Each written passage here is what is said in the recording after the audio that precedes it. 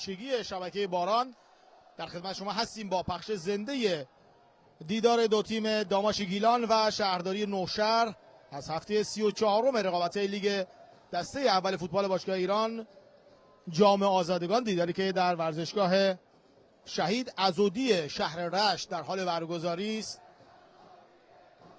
ترکیب دو تیم رو ابتدا خدمت شما عرض خواهم کرد و بعد برمیگردیم به گزارش این دیدار. محمد سجاد قلیبیگی، علی خدایی، امیر محمد سیمانپور، محمد رستمی، میاد یزدانی، آرمان لطف خدا، رامین آقالو، علی رحیمی، مرتضی اشکانی، محمد امین حق پرست، رضا زاهد تبار 11 بازیکنی هستند که علی نظر محمدی سرمربی تیم داماش به زمین مسابقه فرستاده. در مقابل هم آقای رضا ربیعی، ابوالفضل علایی، عیسی پرتور، رضا نبیزاده، حمید گلزاری، امین محمد ستایش، پوریا بالی، حسین رنجبر، دانیال اسلامی، سید ناصر رضایی، احمد رضا نایج و امید نافذ رو برای این بازی به زمین مسابقه فرستاده. خود آقای ربیعی محروم هست و از روی سکوها باید بازی رو تماشا کنه. در همین ابتکار خطا بر روی رضا زاهد تبار رخ میده، بازیکن شماره 70 تیم داماش گیلان. داوری این دیدار بر عهده امیر معصومی فر هست، کمک داور اولیشون رضا رایجی، کمک دوم هم حمید صحرایی و داور چهارم هم سیاوش خالقی است. ناظر داوری این دیدار هم آقای مهدی الوندی و آقای سعید تاجیک هم به عنوان ناظر برگزاری این رقابت در رشت حضور داره. اعلام آفساید میشه، ضربه‌ای که فرستاده میشه بر روی دروازه تیم نوشهر. دانیال اسلامی گلر تیم شهرداری هست.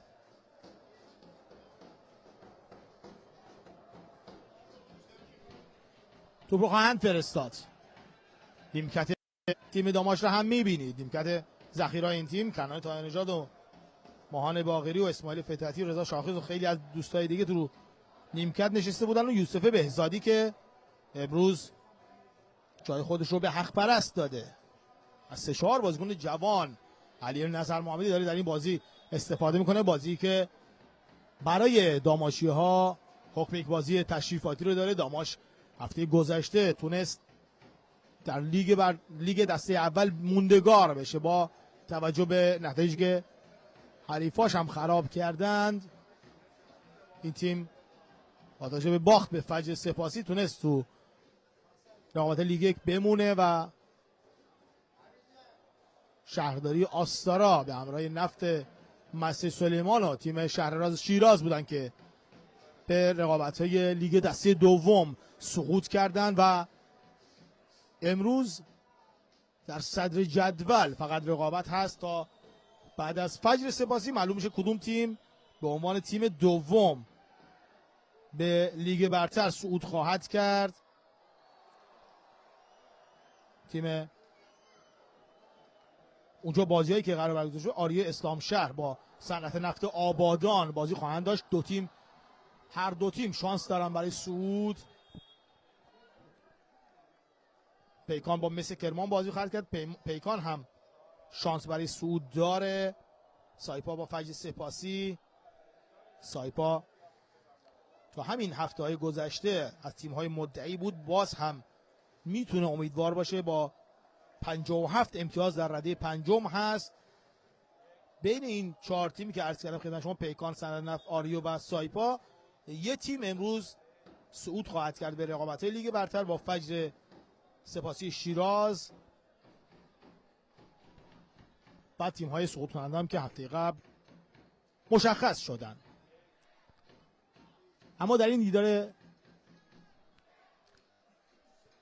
تشریفاتی برای داماش هوادارا خوب استقبال کردن، هوادارای خوبی به ورزشگاه اومدن و بازی تیمشون رو دارن از نزدیک می‌بینن. مثل همیشه هوادار تیم داماش در ورزشگاه حضور دارن و تشویق میکنن تیم محبوب خودشون رو. رضا زاهدتبار در گوشه زمین پا به توپ هست، خود زاهدتبار رو به عقب برای رستمی هم کمی عقب‌تر برای قلیبیگی، یه پاس ارزی رو میده قلیبیگی، اما کماکان موقعیت دارن. داماشای بازی تاکتیکی خوبی رو از خودشون دارن به نمایش میذارن. رو به عقب قلیبیگی و این شوت که به بیرون میره. محمد سجاد قلیبیگی شوت به بیرون رفت. اعتراضی هم میکنه به بازیکنشون که چرا توپ رو زودتر بهش نداد. مثل کرمان یه گل رو زده، اولین بازی که در رقابت امروز گل داره،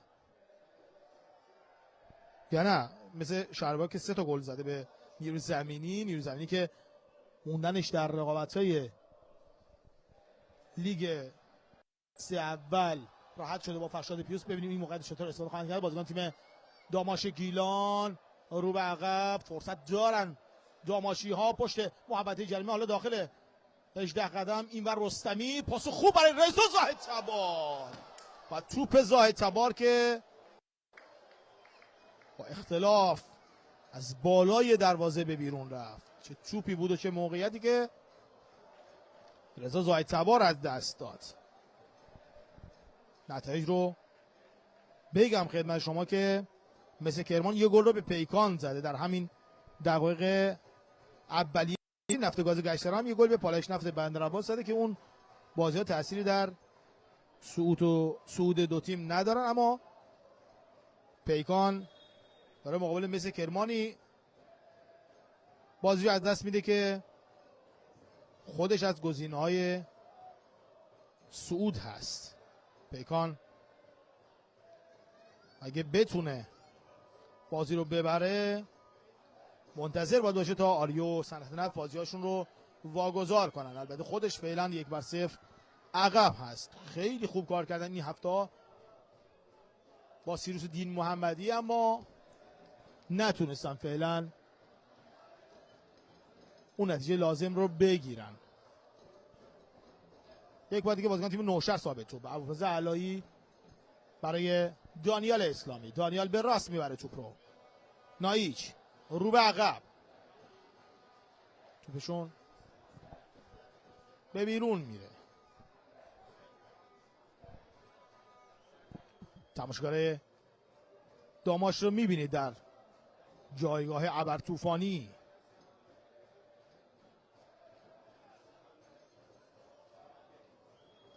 اون صحنه قبلی رو هم بخوایم ببینیم بد نیست. آره اینجا رستمی داد به زاهدتبار و زاهدتبار به بیرون زد توپ رو.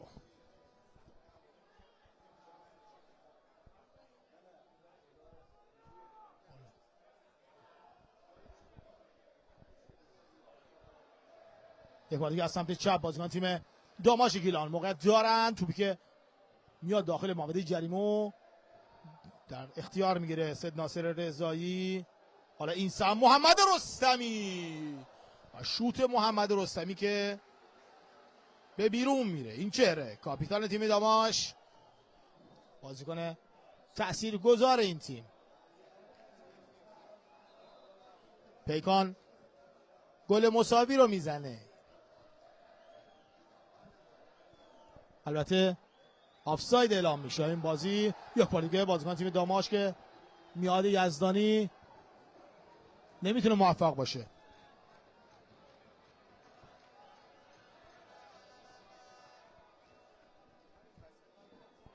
یک بار دیگه بازیکن تیم نوشهر پا به توپ، موقعیت عالی برای بازیکن نوشهر و امیر محمد ستایش رو اعلام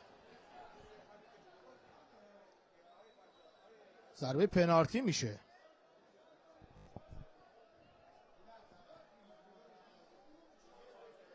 خطا و اعلام پنالتی. علی نظر محمدی رو ببینید تا کجا داره میره.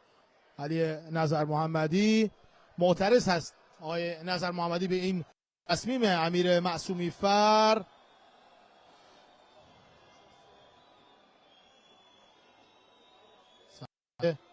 اعلام پنالتی شد و بتونیم ببینیم خیلی خوب میشه. این هم آقای ربیعی هست، سرمربی تیم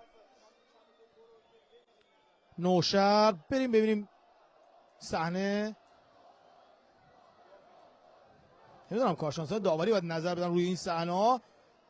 بیشتر نشون میده که بازیکن قرمز پوش خودش برخورد میکنه به بازیکن داماش. نگاه کنید یک بار دیگه اگه عقب‌تر ببینیم ممنون میشم.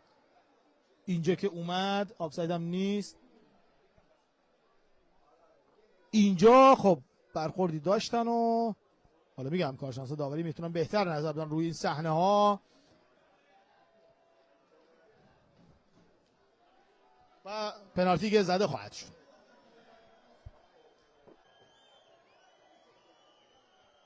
قلیبگی رو میبینید. سوبیک قلیبگی تیم داماش. حالا موقعیت خوب این ور سمت راست.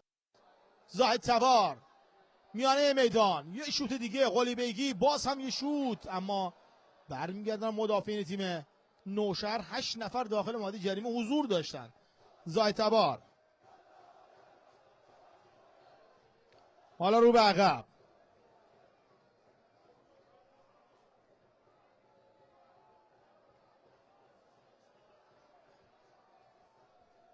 دوباره پشت محوطه جریمه داماشا صاحب توپ هستن.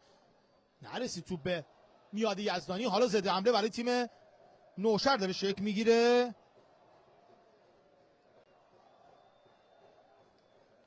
ببینید از این توپ چگونه استفاده خواهند کرد و خطا نیست. داماشا میتونن بازی رو ادامه بدن. رستمی صاحب توپ هست. رستمی بریم میاد یزدانی چیکار خواهد؟ به چپ میبره توپ رو. سیمانپور به دنبال توپ هست. خود سیمانپور میزنن سیمانپور رو. داور هیچی ندید. خطا هم داور این دیدار. باز هم از سمت چپ توپی که میاد میفرسته و بیرون میره. صحبت میکنه حالا با سیمانپور داور این دیدار.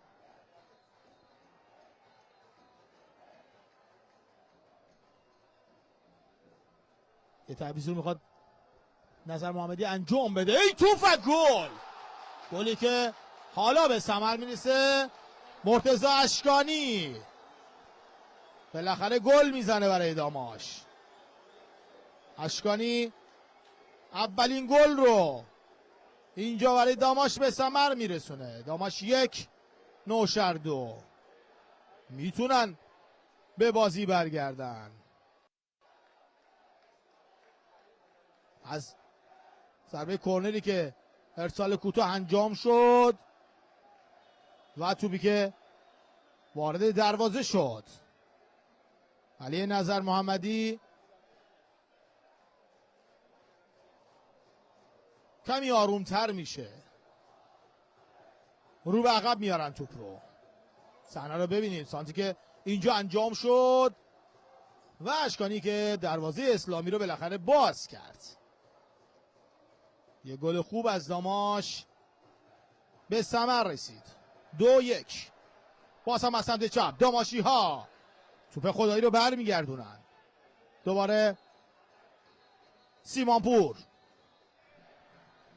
اشتباه از داماشی ها. باز هم نوشهر داره حمله رو انجام میده که آقالو اجازه کار رو نمیده. توپ بیرون میره.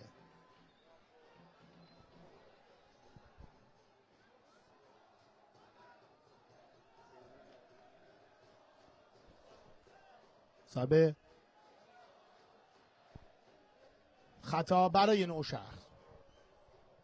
صحنه رو یک بار دیگه ببینیم گل رو. تا این صحنه رو میزنن. اینجا توپی که فرستاده شد ضربه سر داماشی ها و توپی که وارد دروازه شد و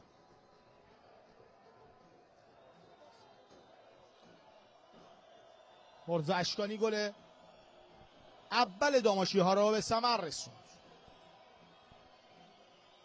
حالا این ضربه رو خواهند زد بازیکن تیم نوشهر و توپی که میاد جمع میکنه این بار حق پرست.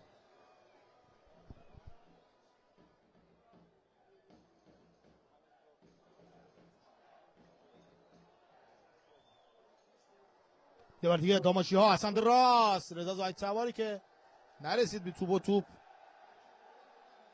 به بیرون رفت.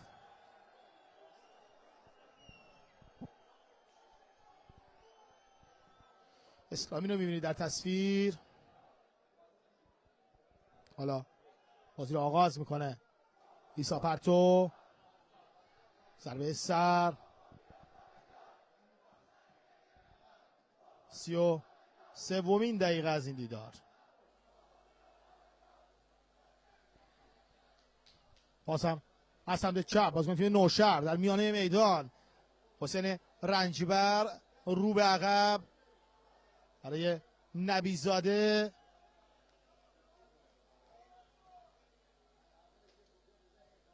بازم داماشیا توپ رو برمیگردونن. رستمی رو به عقب، آقالو، دوباره محمد سجاد قلیبیگی. خود قلیبیگی یه چرخش رو انجام میده.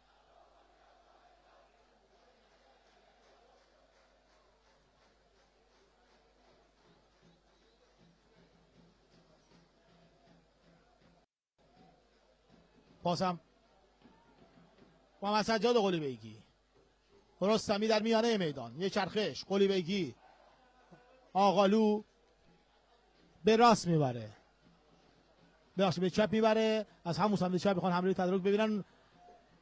میاد یزدانی، یه چرخش، دوباره رو به عقب، رستمی، سجاد قلیبیگی ازش توپ میخواد علی رحیمی، حالا توپش میرسه به رحیمی و چقدر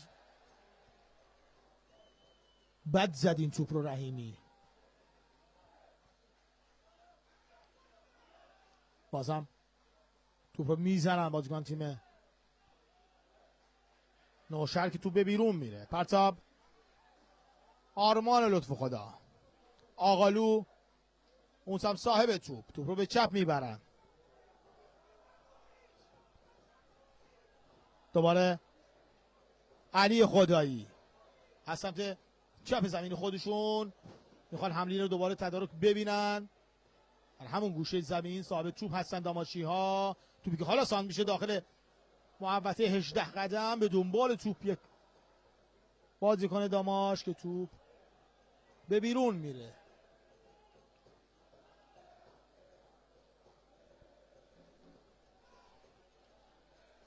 اسلامی بازی رو آغاز خواهد کرد. دروازه‌بان تیم نوشهر، هواداری داماش رو میبینید.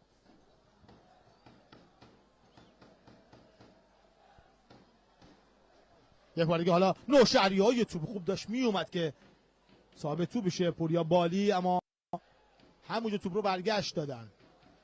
دوباره این سمت تا تبار یه لحظه توپ رو گرفتن بازیکن تیم نوشهر، اما خطای امید نافذ گرفته شد. زننده گل دوم تیم نوشهر تا اینجای کار.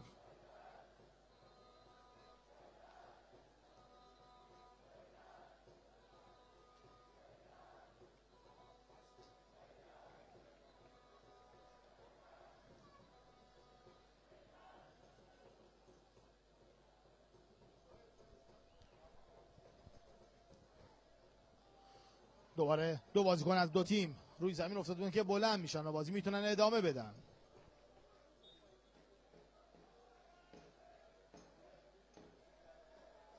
بازم توپ رو داماشی ها به چپ میبرن، کمی عقب‌تر. حالا در سیمانپور، خود سیمانپور عقب‌تر برای یزدانی میاد، میسپاره توپ رو تا یکی دیگه از بازیکنشون که مرز اشکانی باشه توپ رو بزنه که موفق نیستن. باز هم توپ رو به چپ میبرن. خدایی توپش برخورد میکنه بازیکن تیم نوشهر. دوباره رستمی خدایی رو ثابت توپ میکنه. خود رستمی، یه چرخش از رستمی، از همون سم میخوان دوباره خدایی رو ثابت توپ کنن. سیمانپور، خدایی، سانتر خدایی میانه میدان، باز هم توپ برمیگرده از داخل محوطه جریمه. این سم حالا ضد حمله برای تیم نوشهر و توپی که علی رحیمی میده به دروازه‌بان خودشون. دوباره این سمت آرمان لطف خدا، آرمان به راست میاره توپ رو. علی رحیمی. حالا برای داماشی ها و سیمانپور این پنالتیه. بله اعلام پنالتی میشه. امیر معصومی و یه کارت زرد رو میده به بازیکن تیم نوشهر. 55 احمد رضا نایچ.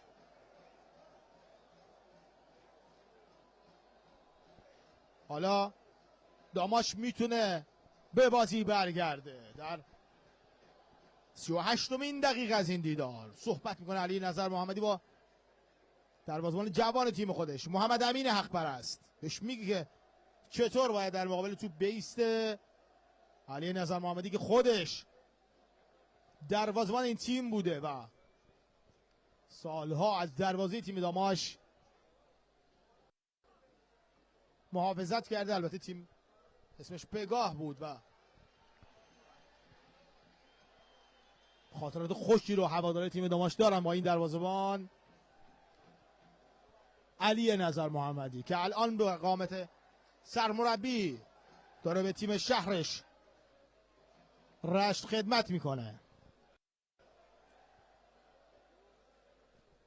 محمد سجاد قلیبیگی این توپ رو خواهد زد.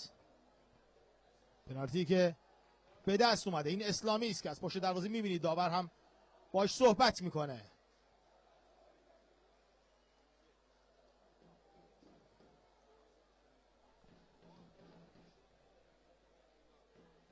سجاد قلیبیگی توپ رو میکاره و دورخیز میکنه. خود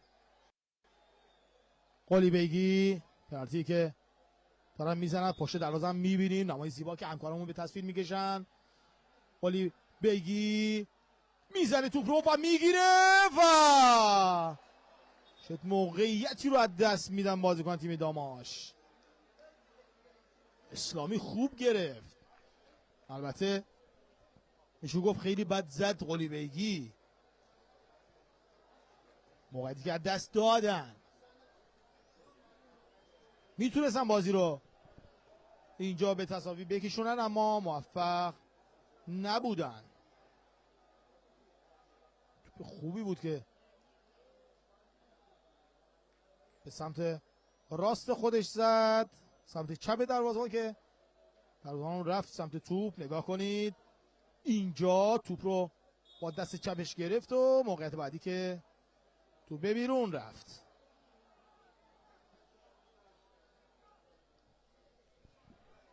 همچنان بازی 2-1 هست و 40مین دقیقه از این دیدار.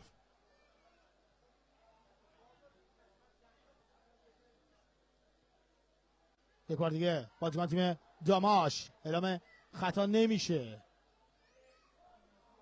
همین داری توپ رو به چپ میاره. ببینیم توپ به پوریا خواهد رسید یا که خیر نه به بالی نرسید و خودش روی زمین افتاد. داماشیا بازی رو آغاز میکنن.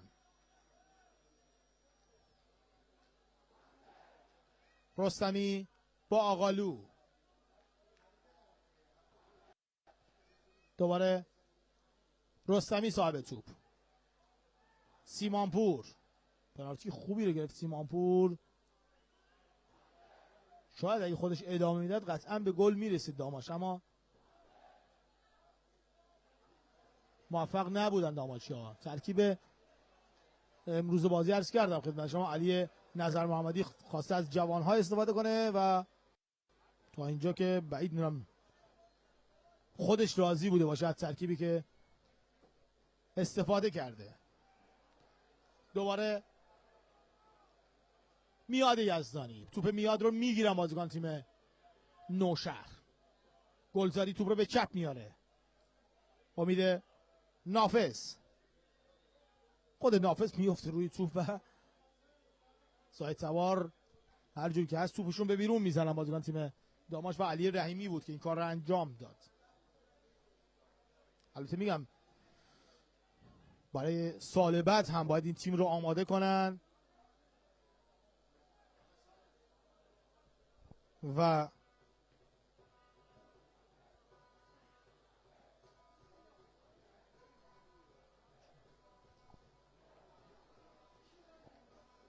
باز هم بازیکن تیم داماش صاحب توپ.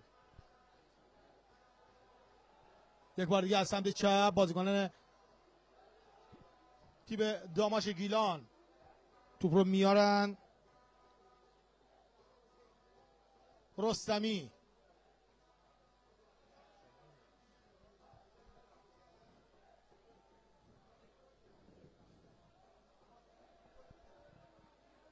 کماکان قلی بیگی. سجاد توپ رو به راست میاره. رحیمی رو به عقب.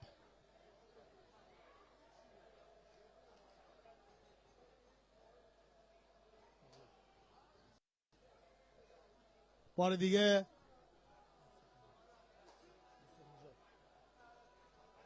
دوباره به چپ میبرن توپ رو. باز هم داخل محوطه جریمه.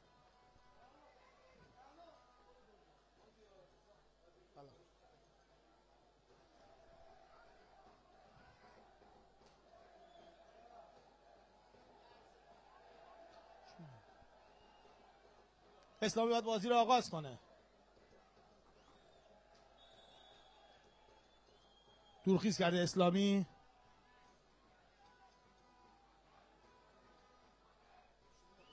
اسلامی میزنه توپ رو. یک بار دیگه بازیکن تیم نوشهر یه توپ رو بایی خوب است. نوشهری ها و توپی که به کجا زد امید نافذ. این بار دیگه نتونست دروازه داماش رو تهدید کنه. این امید نافذ هست.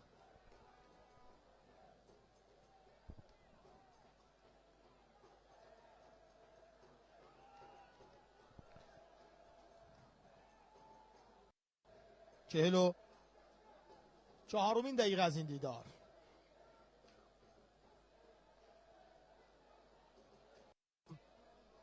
در میانه میدان قرمزپوشان تیم نوشهر صاحب توپ هستن. یه 3-4 دقیقه هم باید وقت تلف شده اعلام کنه داور.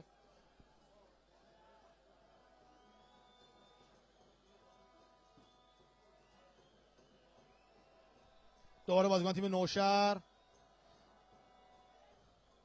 کمی عقب‌تر. این بار مرتضی اشکانی صاحب توپ هست. یک بار دیگه داماشی ها. اشکانی به چپ میبره توپ رو. میاد یزدانی. علی رحیمی. سانتر رحیمی داخل محوطه جریمه و توپی که باز هم به گل تبدیل نشد.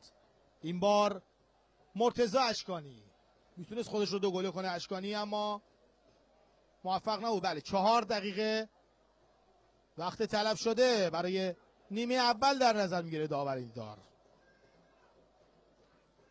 سیاوش خالقی داور 4م نشون میده. باز هم از سمت چپ نافذ صاحب توپ هست. یه بازیکن جلوش ایستاده از داماش رو به عقب برای پوریا بالی که موفق نیست و توپ رو برمیگردونن.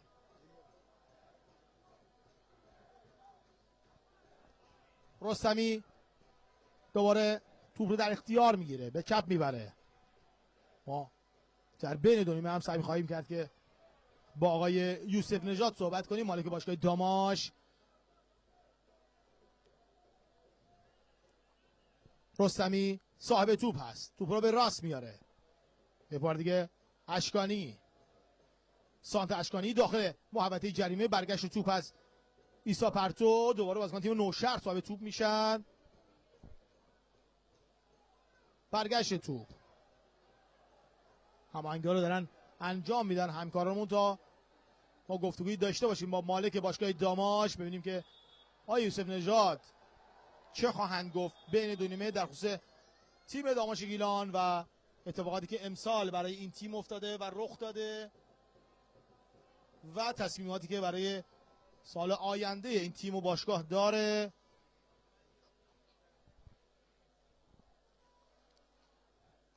بعد از سوت پایان بازی بلافاصله با مالک باشگاه صحبت خواهیم کرد.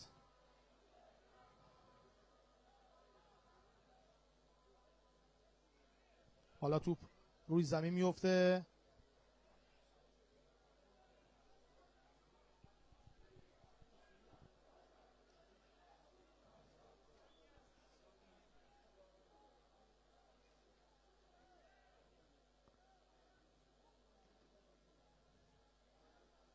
منتظریم تا رامین آقالو بلند شو برگرده به بازی. هوادارا هم همچنان منتظر هستن تا سوت پایان دیدار به صدا در بیاد در نیمه اول. این آقالو هست که دارید میبینید در تصویر، از زمین بازی بیرون میره و بازی رو اسلامی آغاز خواهد کرد. یک بار دیگه توپ رو میزنن و توپ به بیرون میره. پرتاب برای داماش، این کار انجام میشه. توپ باز هم با برخورد به مرتضی اشکانی به بیرون میره.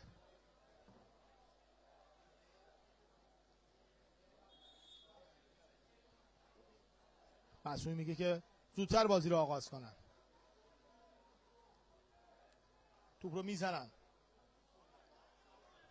باز هم توپ به بیرون میره. پرتاب برای تیم نوشهر و علایی، ابوالفضل علایی میاد تا این توپ رو پرتاب کنه. حالا فرصت برای بازیکن تیم نوشهر که برگشت میدن داماشی ها. دوباره توپ رو از بازیکن تیم داماش میاد. یزدانی میاد توپ رو از دست داد. امید نافذ به دنبال توپ هست، خود میاد دوباره موفق تر هست و توپ رو میگیره. میاد یزدانی از راست به چپ، دوباره سیمانپور. ببینید از این توپ چگونه استفاده خواهند کرد بازیکن تیم داماش. سیمانپور توپی که این سم میرسه به نمیرسه به میاد یزدانی. 64 علی رحیمی به چپ میبره. قلی بیگی توپش برخورد میکنه به بازیکنان تیم نوشهر و سوت پایان این دیدار رو به صدا در میاره امیر معصومی فر. ما گفتگوی کوتاه انجام خواهیم داد با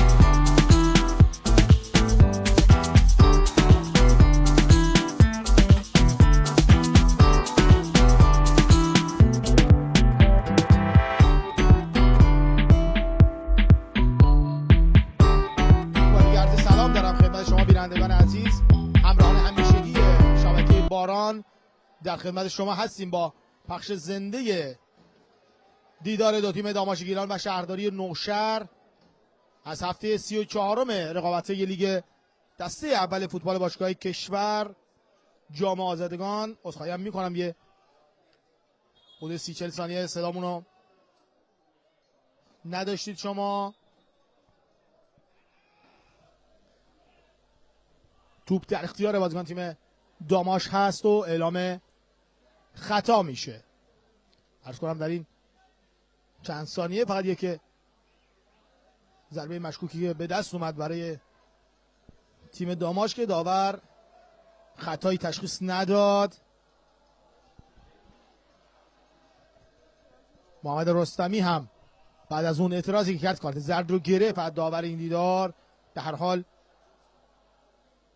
بازی در نیمه دوم در حالی داره پیگیری میشه که داماشی‌ها دوست دارن در زمین خودشون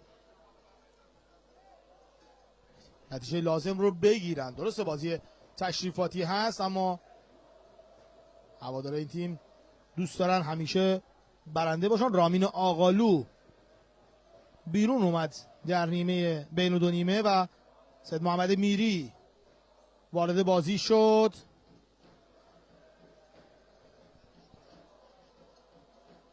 همچنین در تیم شهرداری نوشهر یه تعویض داشتیم، ببینیم چه کار خواهد کرد با این توپ سیمانپور که توپ رو ازش گرفتن و اسلامی صاحب توپ شد.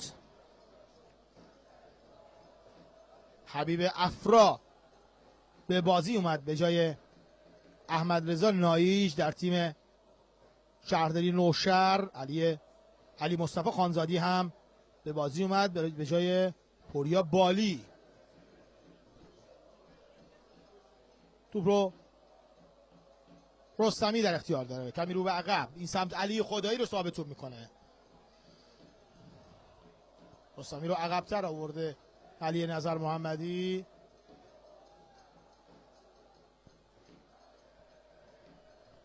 آرمان لطف خدا صاحب توپ هست.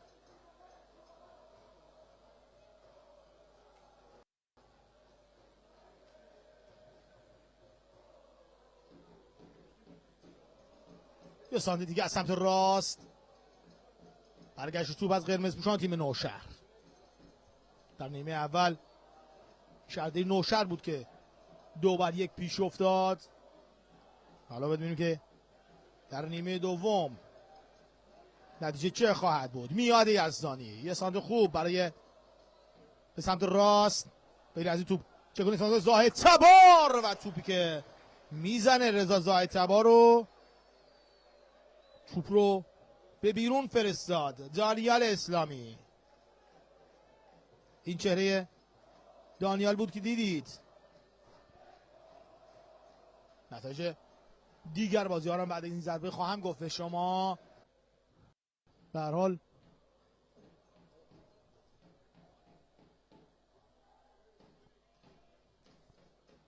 خیلی خوبه که همه کمک کنن تا تیم داماش به اون شرایط آرمانی خودش برگرده.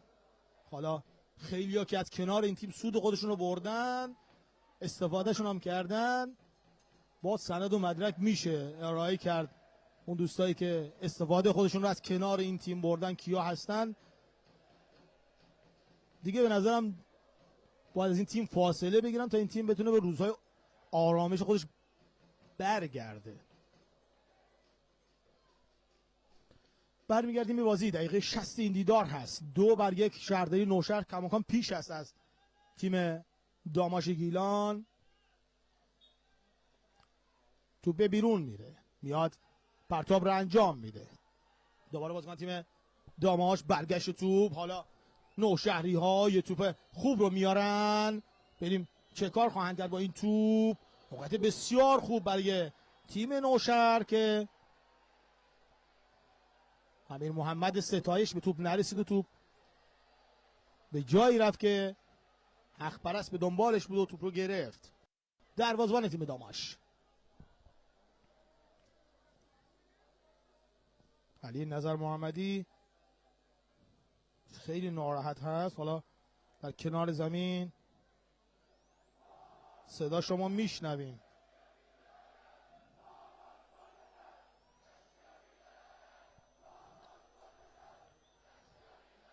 آقای ربیعی رو میبینید، سرمربی تیم شهرداری نوشهر رو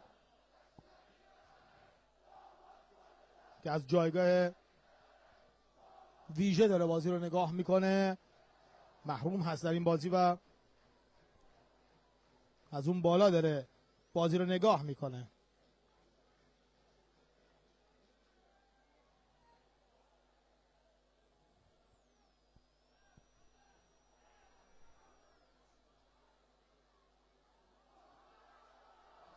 یک باری که اعلام آفساید میشه.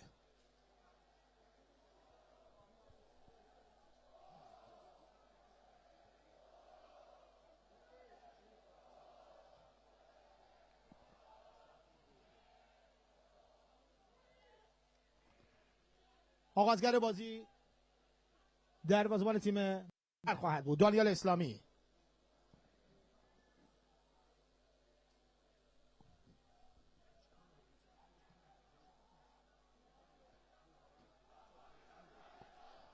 یک بار دیگه بازیکن تیم نوشهر میان داخل زمین تیم داماش. حالا این سم یه شوت و توپی که به بیرون میره.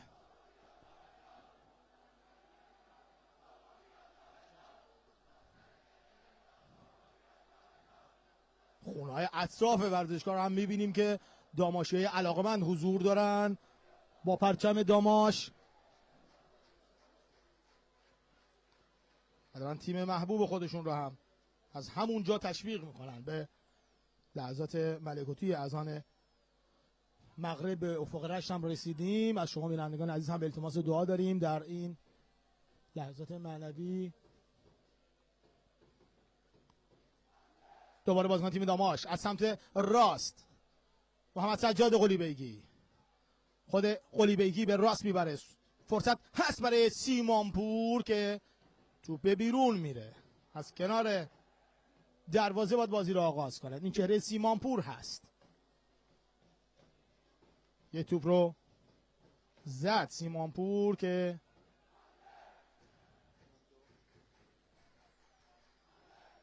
همکارمون اشاره میکنه یه چند دقیقه مونده به اذان مغرب. در حال امیدوارم که طاعت عبادت شما بینندگان از مورد قبول درگاه حق قرار بگیره. در این لحظات معنوی و عرفانی ما را هم از دعای خیرتون بی نصیب نذارید. یک بار دیگه توپ رو میزنن بازیکن تیم داماش گیلان. یه تعویض رو داماش میخواد انجام بده. خدایی میانه میدان میری به راست میبره توپ رو.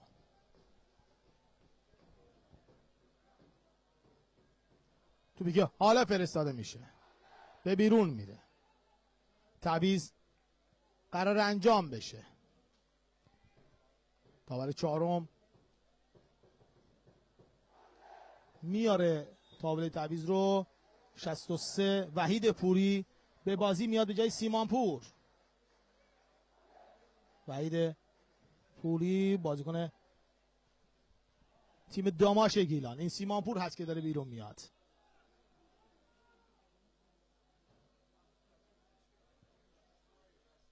دوباره با ضربه سر توپ به بیرون میره.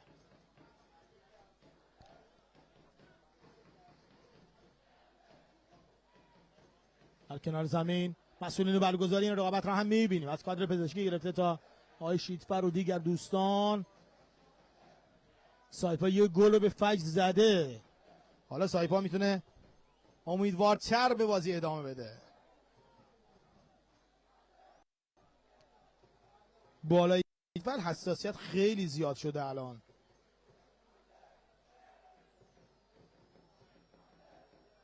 سایپا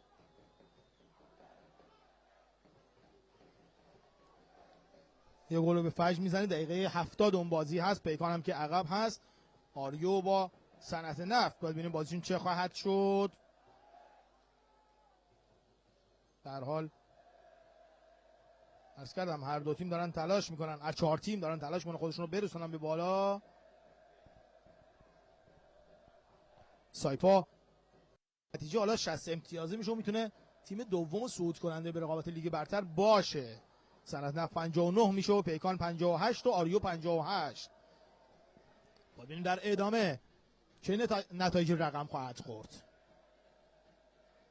تیم شهرداری نوشهری هم که الان داره تو رشت بازی میکنه تیم هشتم جدول بوده. یعنی 46 امتیاز الان هشتم. تیم پرمهره و خوبی بوده. رضا ربیعی هم خیلی خوب رو این تیم کار کرده و اکثر بازیاشون رو موفق بودن تو هم نوشهر هم بیرون از خونه. در حال با این ترکیبی که الان داماش داره بازی میکنه تونسته فعلا 2-1 عقب باشه.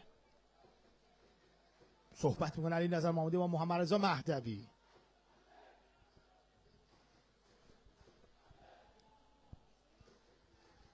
توپ رو میپرسن به میانه میدان. بازیکن تیم نوشهر برمیگردونه توپ رو.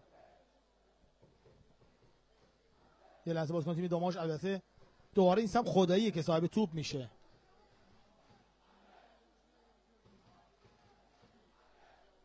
بازم در میانه میدان محمد میری به راست میبره. میری اون سمت سجاد قلی بیگی.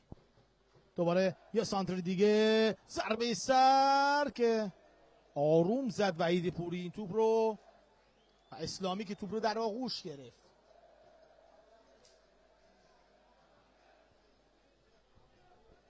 علی محمدی صحبت میکنه با بازیکنای خودش رو، به ساعت خودش هم نگاه میکنه. هنوز 68مین دقیقه از این دیداره. فرصت دارن تا بخوان جبران کنن این نتیجه به دست اومده تا اینجای کار رو. آره مشکلی هم شاید نباشه برای این تیم که داره در خونه خودش بازی میکنه.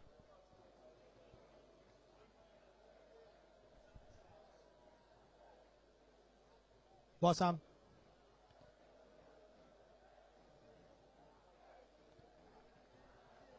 توپ از اون سمت به بیرون رفته.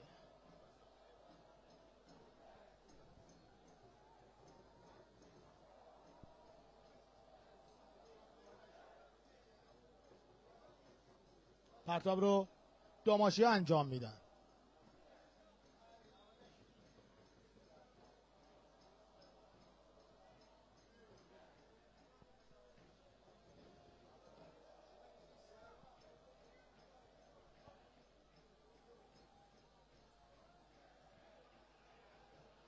باز هم یک توپ که پوری میزنه و به بیرون میره. تو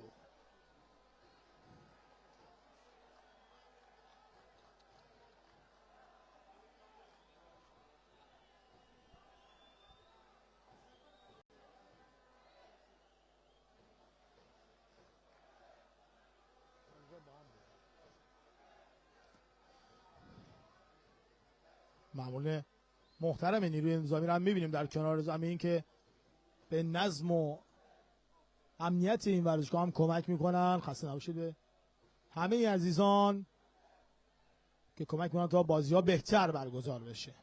دوباره داماشی ها صاحب توپ هستن از سمت چپ. موقعیتی میخوان ایجاد کنن. میاد یزدانی برای خدایی یه سانت کوچیک و کوتاه میتونست جوابگو باشه که این کار رو انجام نداد و بلند فرستاد و توپ به بیرون رفت. توپ در اختیار رستمی است. به لحظه ملکوتی اذان مغرب به افق رشت الان نزدیک شدیم و یک بار دیگه از شما بینندگان عزیز التماس دعا داریم. تعویض میخواد برای تیم نوشهر انجام بشه. 23 با 16 حسین رنجبر رو قرار بازی بیرون بیاره و امیر عباسی وارد بازی بشه. 77 با 10 هم حجت اسلامی به بازی خواهد اومد به جای حمید گلزاری. این چری حسین رنجبر هست که داره میاد بیرون.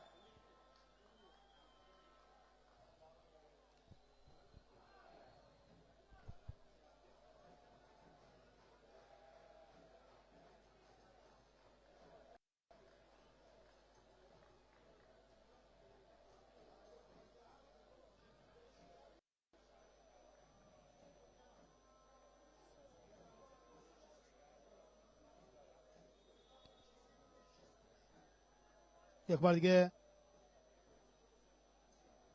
بازیکن تیم نوشهر بازی رو آغاز میکنن. دو تعویض برای این تیم انجام شده.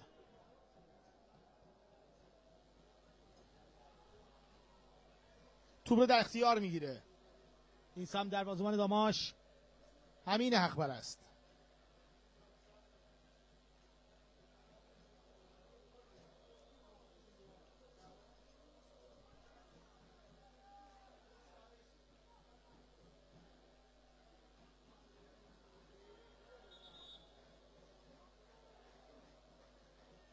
سایپا گلش حالا مردود اعلام میشه. حالا وی آر نشون میده که گل سایپا مردود هست.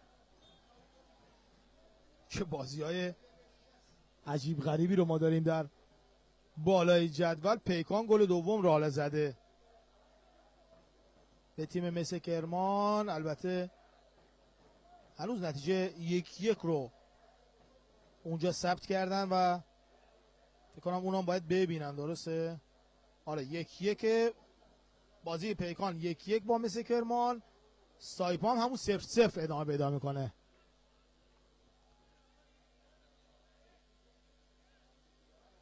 از تو نتیجه همزمان فقط آریو صنعت نفت هم بازشون 0-0 مساویه. سایپا پس گلش بر میگرده. صحنه رو خودم دارم اینجا میبینم. آره گل سایپا رو مردود اعلام میکنن و بازیشون همچنان 0-0 مساوی. این سم یک بار دیگه بازیکن تیم نوشهر و حق پرست که توپ رو در اختیار میگیره. بالای جدول چه خبر هست؟ پیکان میتونه با این نتیجه امیدوارتر باشه. البته هنوز زمان دارن تا پایان، زمان زیادی هم مونده. هنوز به 75 نرسیدن. 15 دقیقه اونور زمان زیادی است برای جابجایی این نتایج. با این نتیجه کماکان صنعت نفتی که با توجه به بازی رو در رو میتونه به عنوان تیم دوم صعود کنه. صنعت نفت هم از اون تیم‌های پرطرفدار و ریشه‌ای کشورمونه. صنعت نفت آبادان یک بار دیگه بازیکن تیم داماش میان داخل محوطه جریمه و داور خطای پنالتی رو اعلام نمیکنه و نظری نداره.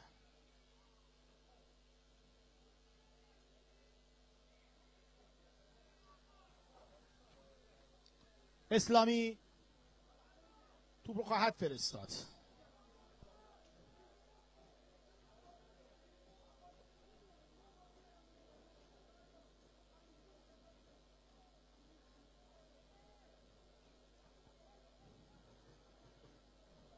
بازم ایسان بازیکن تیم داماش خدایی رو به عقب میارن توپ رو. دوباره قلیبگی رو به عقب می آورد توپ رو. رستمی که عرض کردم اومده در خط دفاع داره کمک میکنه. میاد یزدانی خدایی، حالا علی خدایی رو به عقب برای میری.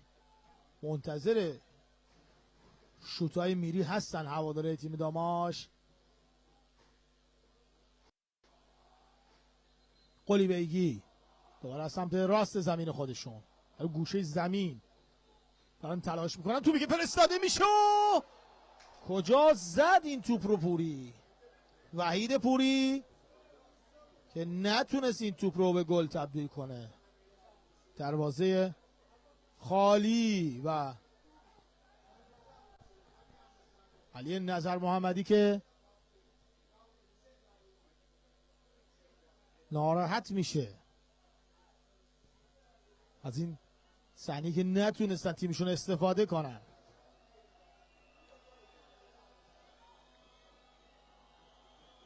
توپی که اومد روی دروازه تیم نوشهر رو پوری نتونست استفاده کنه. دوباره این سم بازیکن تیم نوشهر صاحب توپ هستن. یه شوت از راه دور و توپی که به بیرون میره. امیر عباسی این توپ رو زد. علی نظر محمدی رو میبینید. توپی که فرستاده شده رو ببینید، ضربه سری که تو چارچوب هم کلا نزد پوری، یعنی توپی بود که بیرون زدنش خیلی سخت‌تر بود.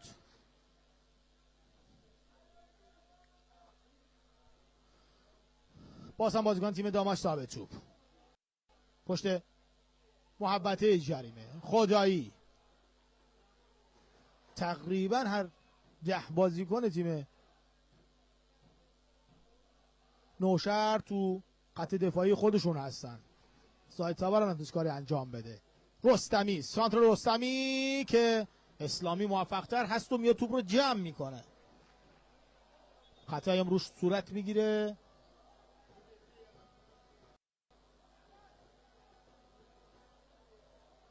خطای زیادی رو داشتیم، حدود 11 خطا در این بازی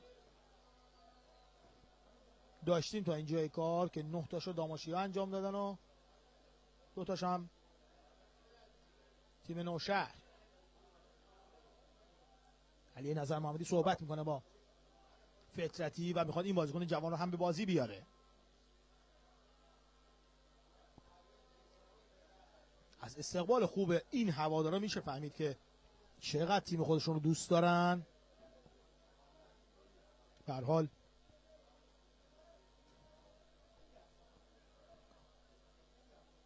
این هم علی نظر محمدی دوباره صحبت میکنه با محمد خردمند و اسماعیل فطرتی، میخواد این دو بازیکن رو به بازی بیاره. این هم آقای ربیعی هست، رضا ربیعی که عرض کردم از جایگاه داره بازی رو نگاه میکنه به همراه دیگر مربیان تیمش رو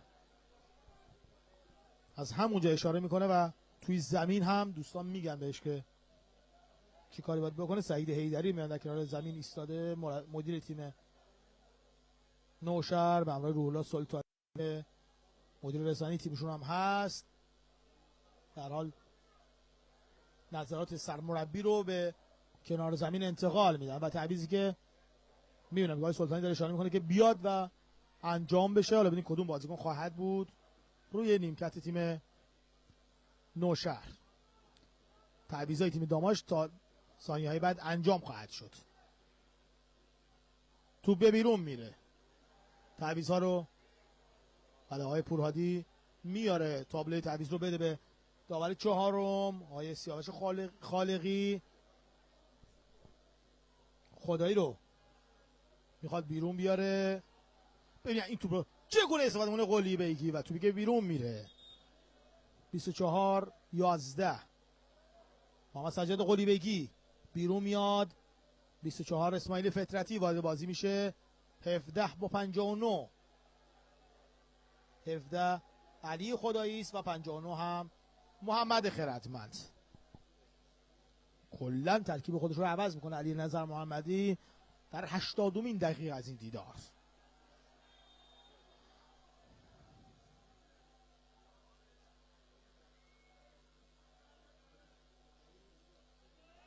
بلند توپ رو میزنه به زمین تیم داماش گیلان. دانیال اسلامی توپ رو یه لحظه زایت‌ها اومد کنترل کنه، توپ بیرون رفته.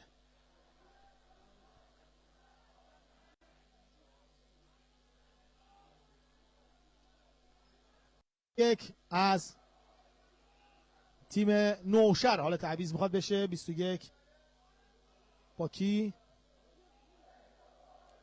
مهدی تونی داره میاد به بازی. 14 ای محمد ستایشه میگه من نمیخوام میام بیرون. یعنی چی؟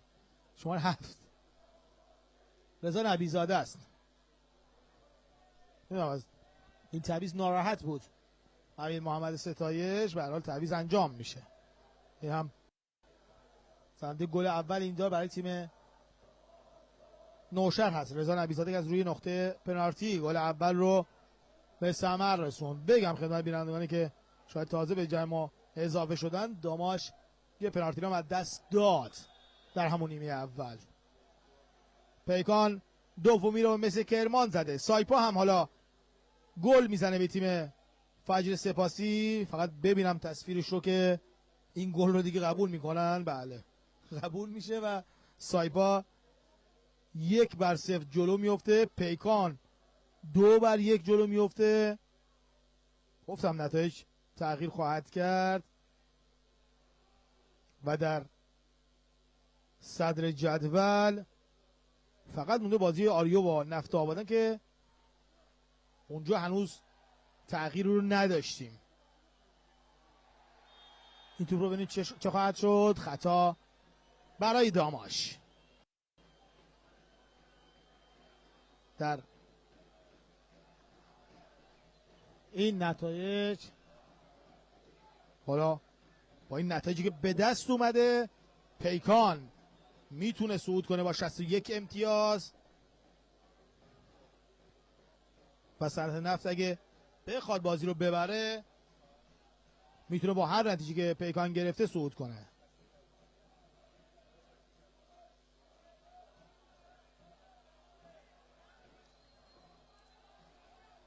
ضربه ایستگاهی که خواهند زد داماچی ها. میری پشت توپی که حالا فرستاده میشه داخل محدود جریمه و باز هم راهی به دروازه تیم نوشهر نداره و توپ به بیرون میره. پرتاب برای داماش و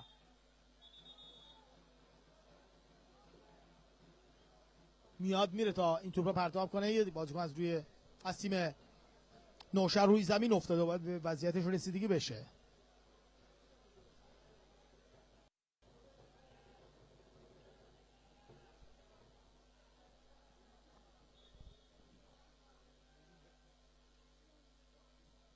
بازم داماشی ها از سمت راست و توپی که به کورنر رفت. ایسا پرتویی بود که روی زمین افتاده بود و بلند شده، بازی میتونه ادامه بده.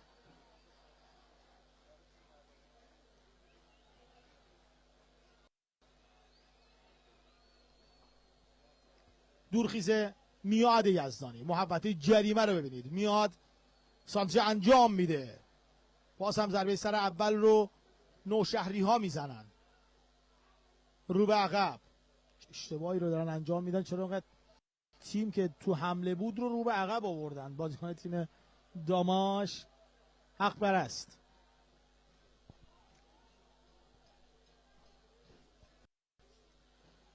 رستمی دوباره از سمت راست میخواد حمله رو تدارک ببینه. توپی که فرستاده میشه و برگشت توپ دوباره از بازیکن تیم نوشهر. خود رستمی چپ. میری 59 محمد خردمند. دوباره زاهد تبار هست که توپ رو در اختیار داره. خود زاهد تبار از یکی دو بازیکن میخواد عبور کنه، به راست میاره یه شوت و توپی که باز هم به بیرون میره. این بار فطرتی بود که توپش رو زد و توپ به بیرون رفت. داور این بازی آقای امیر معصومی فر رو میبینید. شبیه کولینام هست داور معروف.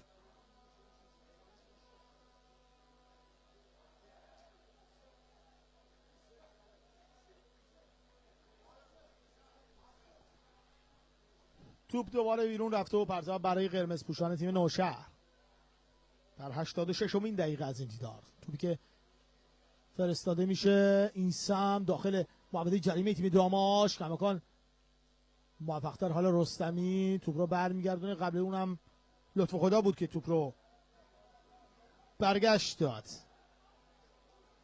این سمت دوباره خردمند. زاهد تبار. رضا زاهد تبار. میاد یزدانی. میاد با سری بالا میخواد شوت بزنه که یه لحظه تو پاش زدن و تو به کورنر رفته. میاد تا کورنر رو بفرسته. پرچم رو حالا براش درست میکنه مربی تیمش. کوتاه کار میکنن. خود میاد یزدانی داخل محوطه جریمه. میاد یزدانی و توپش با اختلاف خیلی کم از کنار دروازه به بیرون میره. موقعی رو داشت میاد که نتونست به گل تبدیل کنه. حالا مرداد حیدری هم میخواد علی نظر به بازی بیاره. صحبت میکنه باش و آخرین نکات رو بهش گوشزد میکنه تا بره به زمین. ببینیم چه کار خواهد کرد. اینجا ببینید نیاد اومد و توپش با اختلاف خیلی کم از کنار دروازه به بیرون رفت.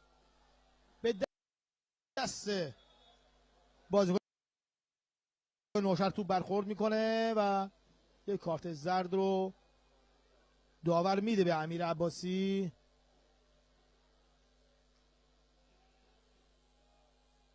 مرداد حیدری در کنار زمین منتظر هست تا توپ بیرون میره تعویضش انجام بشه.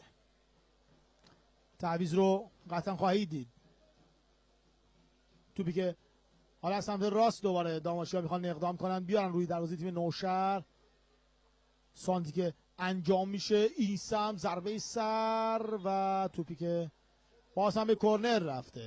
تعویض رو ببینید. 62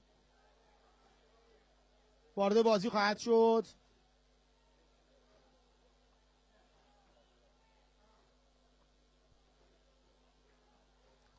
این مرداد حیدری است که بازی خواهد اومد به جای 14. در حال تعویضی که علی نظر محمدی انجام میده.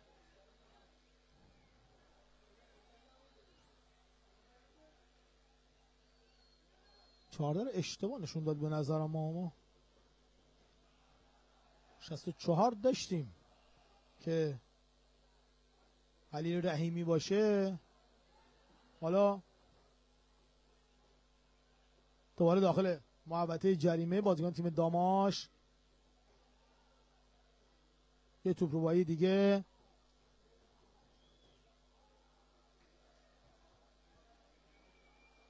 دوباره از سمت چپ بازیکن تیم نوشهر. موقعیت عالی برای نوشهری ها و خطایی که نمیبینه حالا بازیکن اعضای کادر فنی تیم نوشهر رو باید ببینید در کنار زمین آرام و قرار ندارن و همه دارن میان به وسط زمین تا ببینن چه اتفاقی رخ داده.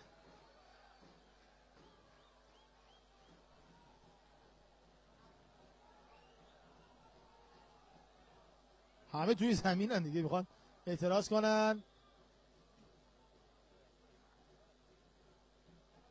تعویضی که انجام شده بود عرض کردم چون علی رحیمی بود با شماره 64 که داور 14 نشون داد و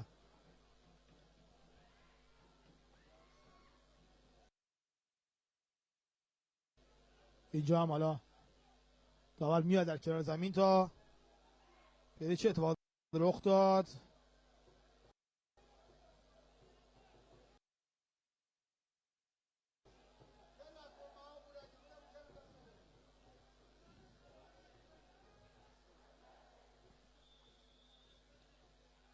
منتظریم تا دوباره معصومی فرد در سود خودش بدم و بازی رو آغاز کنه. این کار انجام میشه از سمت راست زمین داماش که در اختیار داماشی هاست. این توپ سانتی که انجام میشه و اسلامی که با خطا متوقفش میکنن و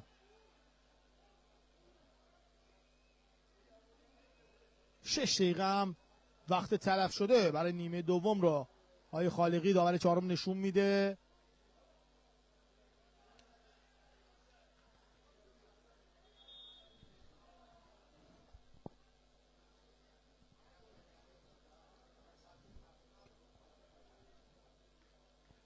دوباره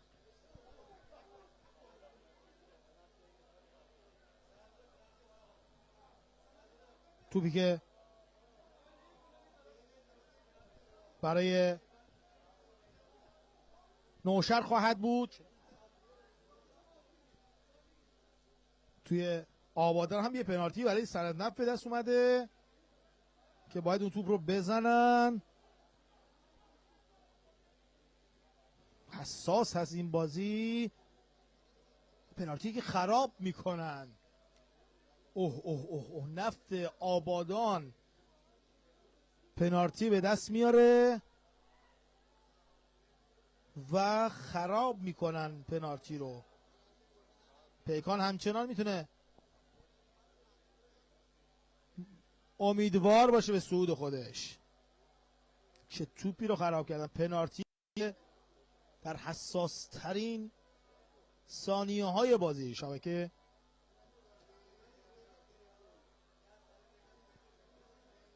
طالب ریکانی بود که اون توپ رو خراب کرد.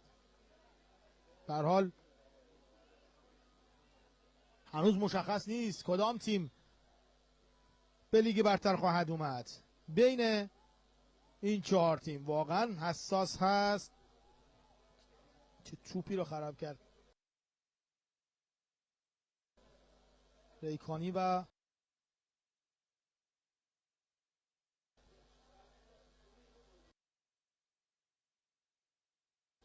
الان پیکان با 61 امتیاز میتونه صعود کنه با 22 گل تفاضل 22.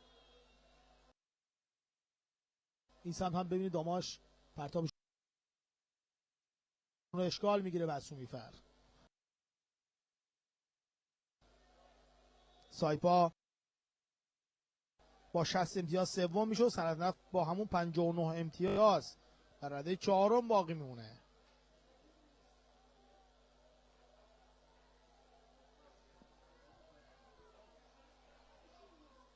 توپ در اختیار بازیکن تیم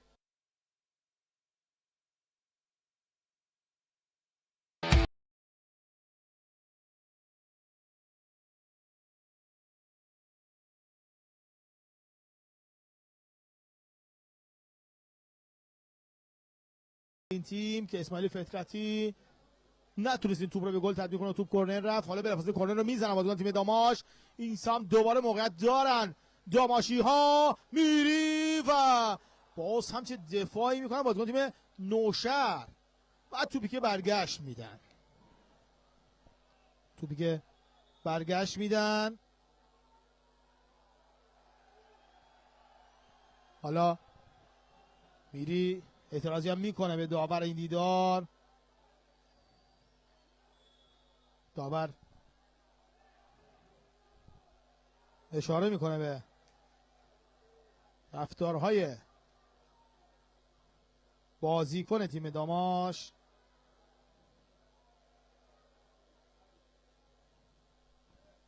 بازی ادامه پیدا میکنه از سمت راست. داماشی ها یه توپی رو در اختیار دارن که برگشت میدن بازیکن تیم نوشهر این توپ رو.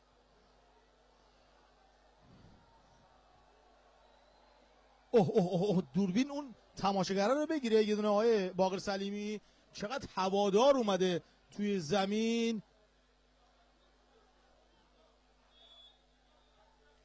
حالا نوشهری ها میخوان